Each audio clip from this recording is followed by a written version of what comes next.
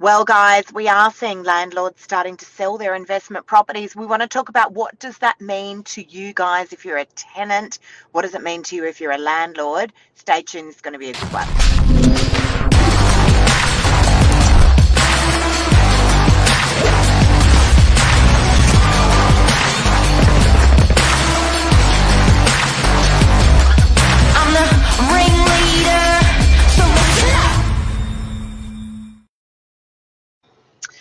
Yes, I have to say RBA's announcement on Tuesday, I don't think it came as a surprise to people. I think everyone's almost, getting used to this new weird normal of interest rates going up.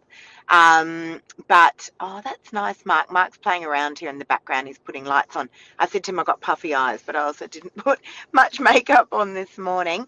It's beautiful, Lise. Oh, thanks, Mark. And the light shining right in my eyes is perfect. It's great. I should be blind by the end of the segment. You try to do something right in marriage. But I literally can't You see. try to, but the puffy eyes have gone. Watch. You want it back? Do I want to be blind by the end of the segment, or better. do I want Do to you have look puffy good? eyes? You got to be careful what you say to girls, Mark. You got to be careful. So literally with the Reserve Bank's announcement on Tuesday of the 0.25% interest rate rise, I have to say I had 3 calls by that afternoon. I had 3 calls that afternoon from investors that were saying, look, that's kind of us out. We are going to be selling our investment property. We want to talk this morning, though. What does it mean for you guys if you are renting? And also, I just want to touch on a topic that I actually did a little interview on the other day about selling a property if there is a tenancy in place. So we're talking about the facts, guys, and I do want to point out here, we're not suggesting that you should sell your property. We're giving you the information so that you can make those educated decisions. What do you reckon, Mark? Quite the contrary. I like when everyone Morning, Michelle. zigs, I like to zag. So I think it's more giving the advice of, look, if people are running zigging, guys, let's start zagging. People are selling investments, time to buy investments. If you didn't get what I was saying. Yeah. So let's talk about what happens when the investors start to sell, because we run a decent sized rent roll. We run about 1,600 managements within our business. We've got 50 staff, actually. We need to talk about that on another segment as well, Mark, because a lot of people think that it's just the staff that they see on our social media, but there's actually 50 of us. We've got a big it's an operation, a big portfolio of staff, and we also run a lot of management. So we get a good view as to what's going on in that rental world as well. We're doing commercial, we're doing residentials. We've got a really good cross section of different styles of properties. Yeah.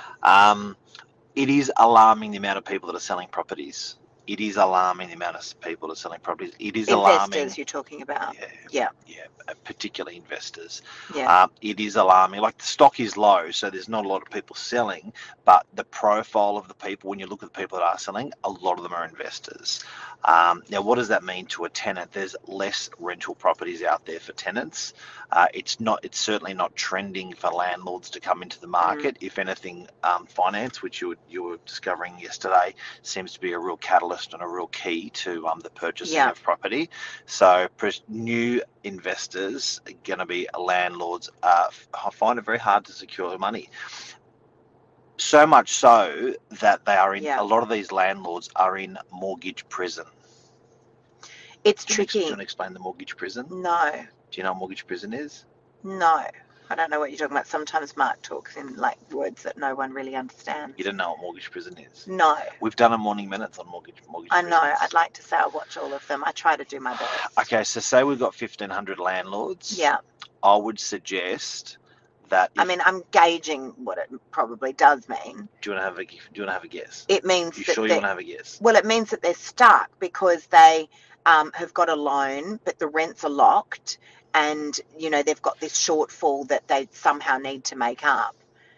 Close. Yeah. So these landlords are not eligible to be landlords, full stop, in the bank's eyes.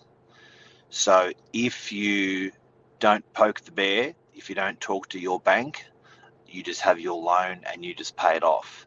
If you leave your bank and want to go to another bank, they will not give you the loan. So that is mortgage prison. So Yeah. I would suggest probably as much as half of our landlords, maybe even 2/3, would be in that situation, that if they went elsewhere to get a better loan, the banks would say, look, we're not going to refinance you. Yeah. That's mortgage prison. That's actually the reality. Is actually the what it does to a landlord's mind is much more different to the reality of it. So they may be happily paying off the loan, but when you think, geez, the banks don't want to give me the money, that's a real daunting, isolating feeling for a landlord. So much so as they go, you know what, I'm just going to sell and I'm just going to go a bit easier and I'm going to take it easy. And that's what we're hearing. Like, and also understand, as real estate agents, people aren't calling up going, I'm broke, I'm in debt, I can't afford it anymore with these interest rate rises, and I'm selling. That's not normally how they're coming to us. They're coming to us in other ways. Oh, we've just got better things that we can do with our money. Yeah. So, but as I said, the announcement, the last interest rate announcement, within a matter of hours, I had 3 investors calling saying we're selling. And you know, what does that mean? I think the buyers have been waiting for this big dump of stock as well. The indications are, guys, that it's still not coming. Because yesterday I don't think it's going to come, Lise. I don't think it's going to come either. Everyone's saying, "Oh, you watch." No. I don't think freezing. I don't think it's going to come either. And I actually think this is my prediction, guys, my opinion. I think the spring selling season, which ordinarily is a very busy time for real estate, I think it's going to continue to be quiet because people don't know where to go. They know getting money is hard, and the people that are selling, they don't know where they're selling to go to because stock levels are so low and getting money is so hard. When they call this the lucky country, that means there's layers. That means that they think people, the majority of the population, are fortunate. When there's layers, there's things that people have got that they can sell to pay their mortgage. They can get rid of things to pay their mortgage. People at the moment, some people have 4 or 5 TV subscriptions. They can get rid of all of them to pay their mortgage. That is a lucky country. I think there's some countries in the world where people live quite skint, quite lean. They have their mortgage. Once they can't pay their mortgage, there's no layers that they can get rid of. Yeah. So I think it's really, really important that we are a lucky country. Touch wood, thank God, very thankful.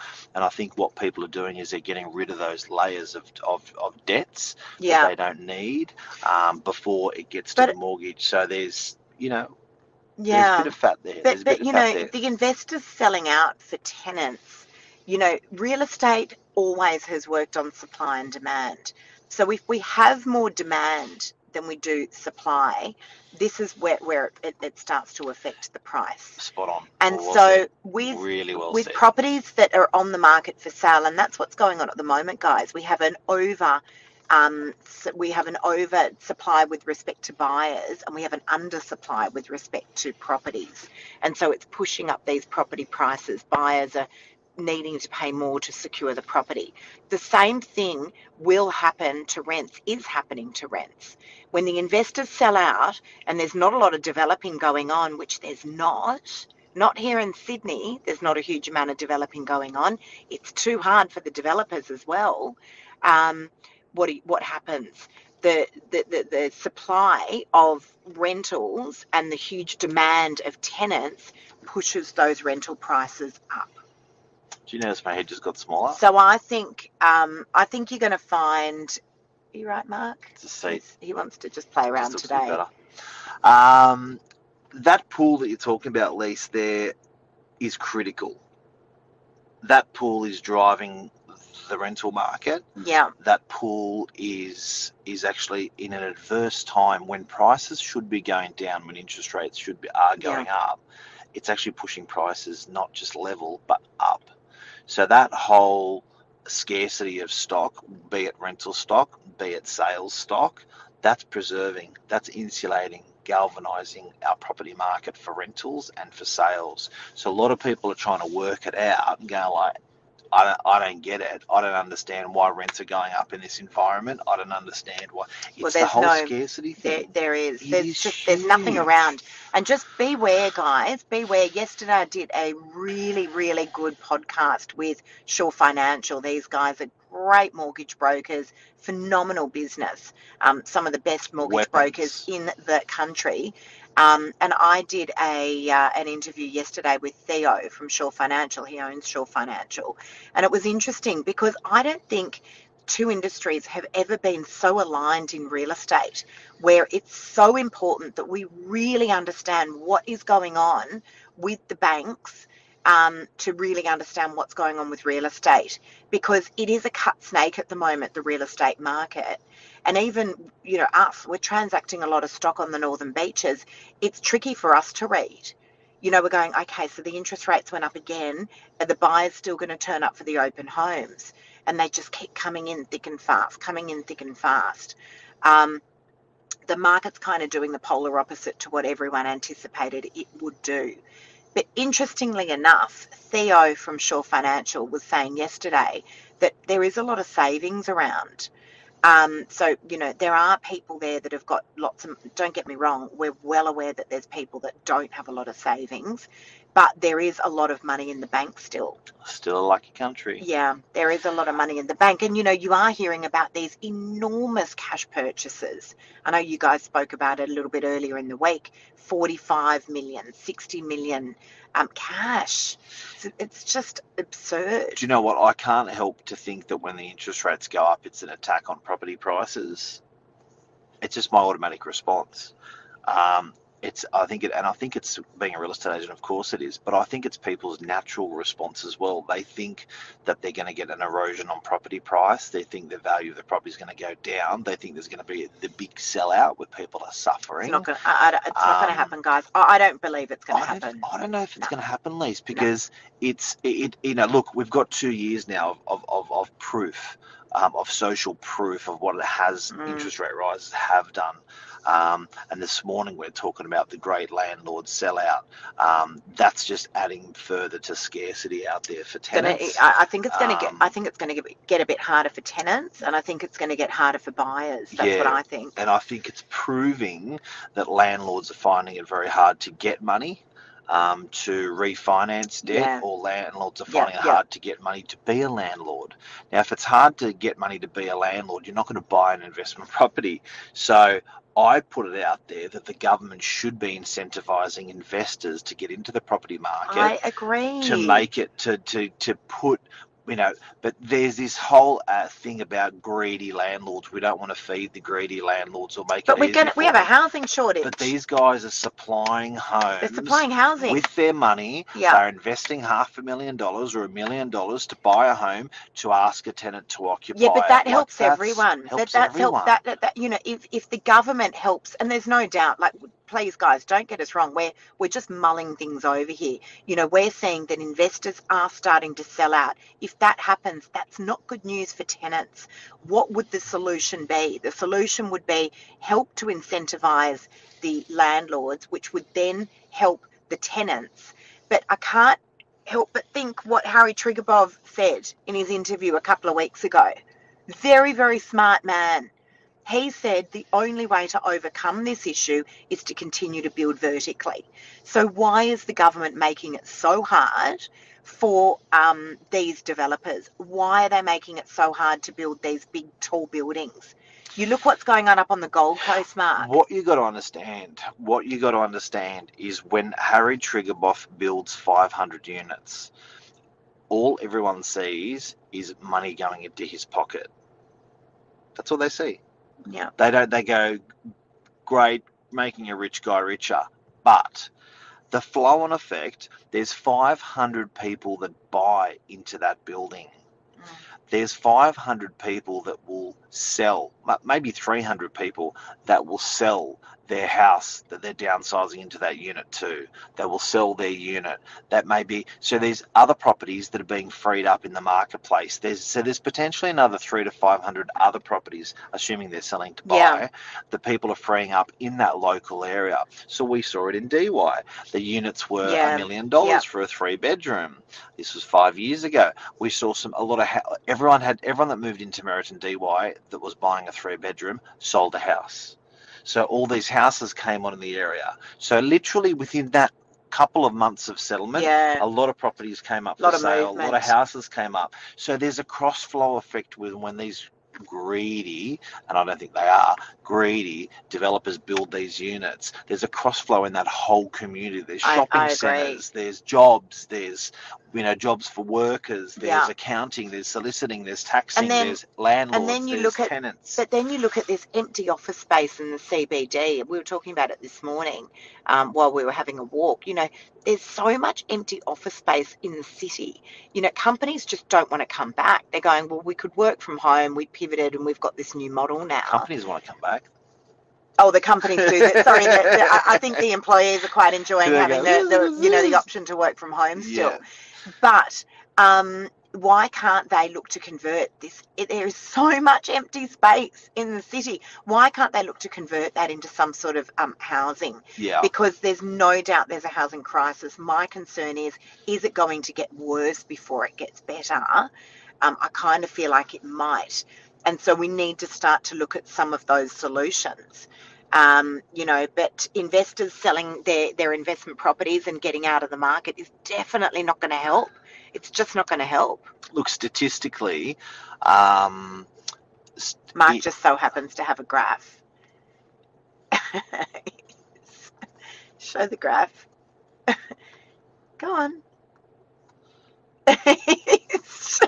He literally just pulled it up out of nowhere. I don't know what you're talking about. It's there. I can see it. Australian house prices. Statistically, in America, they have had the highest vacancy of offices in 20 years. Yeah. Now, in 20 years, there's been recessions, financial global crisis, credit squeeze, the dot-com bubble. After all of that, this is worse. And that's as a result of COVID. So there are some good opportunities for office space. A-grade office space, renting no problems. B, C, and D-grade office space is really struggling. Yeah. And then just circling back to the interview that I did yesterday with the guys at Shaw Financial, with Theo particularly, he was suggesting, and again, we're not going to hold him to this, that there could be one, maybe two more interest rate rises. They just can't seem to get those inflation numbers under control. But one of the biggest takeaways that I got from him was that if you have got your pre-approvals, watch the interview, guys. It's on my social channels. We'll get it out onto Novak as well. If you have got your pre-approvals, you do need to go and spend them, because what's going on is if you let them lapse, and he reckons they're good for about 90 days, most of them. If you let them lapse, the bank will reassess you at a lower level because of the interest rate rises. Really important information. We are seeing buyers fall short so many times because of this. Their pre-approval expired. They didn't use it. They were waiting for the market to come down. They were waiting for more stock to hit. The pre-approval expired. They went back to the bank and the bank said, now you can't get 1.5 million. We're going to give you 1.2 million. And that can be the difference between I can live there or I can't live there. Or I was going to get a little house, not on the Northern Beaches, you wouldn't for that, but hypothetically speaking, we were going to get a house. Now we can only afford an apartment. And some people have sold already. So they sold an apartment to go buy a house. We see it happen all the time at the moment. They sell an apartment to go and upgrade to a house, let's say. And, they've got their finances in place, their pre-approvals. They don't realise if they lapse that they can't go out and buy something. And now they're realising that they can't actually afford to go buy the house. So just watch those pre-approvals. As I said, there's a quick little interview that I did with Theo. It's on my social media channels. Really good advice. Really easy to understand advice. Anything else? What's Luke got to say? Inflation data is 3 to 6 months behind. Yeah, so interesting that you say that, Luke, because this week also I did an interview with Matt Giggs. He's an agent from the UK, top guy, top agent. And it was funny, he raised in the interview, goes, oh, you guys are about 3 months behind us. And I was like, behind you? What do you mean? In what way? Because I thought our market was ahead of them. And he goes, no, in terms of the economy, you guys are behind us, which is kind of good in a way because we learn from other people's mistakes. But he said their interest rates have already started coming off quite dramatically. So he said 3 months ago, we were in a similar situation to you guys. The interest rates were going up. They were going up.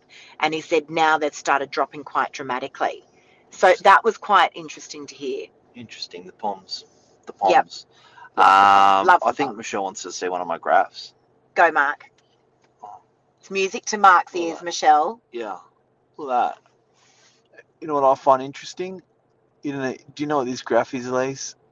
It's the house value change inflation. Yeah. See? And gotta love a girl who can read a graph. 1973 oil crisis, 74 Australian recession, yep. 82 Australian recession, 91 Australian recession, 2000 dot-com bubble, 2012 mining boom, 2008 global financial crisis, 19 credit squeeze, 2020 they reckon recession in this graph.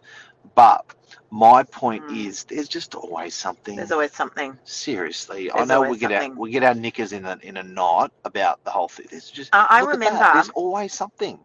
There is just always something going on. I remember during the GFC, I remember that first home buyer market going absolutely bananas. We were talking about it yesterday. The government had put in place first home buyer schemes, and they were really good. It was this great incentive. If you ticked all these boxes, you could get 15,000 or 14,000, whatever it was, and literally you would run with that money and you would go and that would help you to buy a property if you were a first home buyer. We could not list that stock fast enough during a global financial crisis. Yep. There needs to be some incentives put into place here. There just has to be. You know, as we said, if the investors are selling out, what does that mean for the tenants? What does it mean, guys? If they're not building anymore and the investors are selling out and there's less rental stock for you if you're a tenant, well, what do you reckon is going to happen? That's it. That's it. So that's the show, Lisa. Thank you for joining. Oh, that was beautiful. Beautiful. We're married, guys. No, I kiss everyone who comes on. Everyone comes on the show just to say thank you. Be careful, Billy. Yeah. So I just wanted to say thank you for coming on to the show today and being part of it. It's a pleasure. Taking over. So, you talked. What are you doing today, Lisa? You talked a lot today. Yeah, I talked a lot. What are you doing today? You talked a lot. So Fridays are ordinarily my day off. Not that we don't have days off in real estate. I've already responded to about 50 emails this morning. But what am I going to do today? I'm going to go and get my nails done. And then I've got quite a lot of stock coming on, actually. So I've got to just head down, bum up and get that all sorted. But I think I signed 4 listings in the last 24 hours. Landlords? Yes. Yes. Yeah. Someone's talking to us. I don't know. You have another woman in the car. I think her name's Siri. Have a great day. Have a good Friday. Have a good weekend. And it's a long weekend. Wait. Can I just quickly talk, guys, just before we go? Weekend. And it's a long show too. It is a long weekend. The King's birthday. I just want to quickly talk about the mentoring opportunity. It's been all over my social media. I have been asked a lot, particularly since AREC, the Australian Real Estate Conference, if I would do mentoring. And what I've decided to do, because I don't have enough hours in my day, is I have decided that I'm going to do a mentoring day with me. People will get to walk in my shoes from very early in the morning until late at night. What an opportunity. What a great idea. It's going to be on a Friday, heads up, and there's going to be 4 spots available. It was my idea. It was your idea. So I've already had about 30 people register. If you would like to register, guys, just shoot me a message on any of my social media platforms and I'll tell you what you need to do to register. We're going to be auctioning off 4 of them and there will be no reserve price. How fun. It'll be heaps of fun. We're going to do lots of social media, Lots of we're gonna video. invest in this day. Oh, it's going to be great. Lots of time, We're going to start off with a lots of walk. fun, lots of experience. It'll be something money can't buy. Incredible stuff. Yep, it really will be fun. Yeah. And starting with a walk, Even Brecky, even I'll be joining. Mark's going to join, my team's going to join. We're going to do heaps of social media as well, lots of video content, and just really have fun. And literally, you know, if I've got calls to make or, you know, appraisals to do, whatever it is, you guys are all going to come along. So 4 spots only. We are going to auction them off. All the details are on my social media. I did a little video on it. Boom. See ya. Bye. Bye.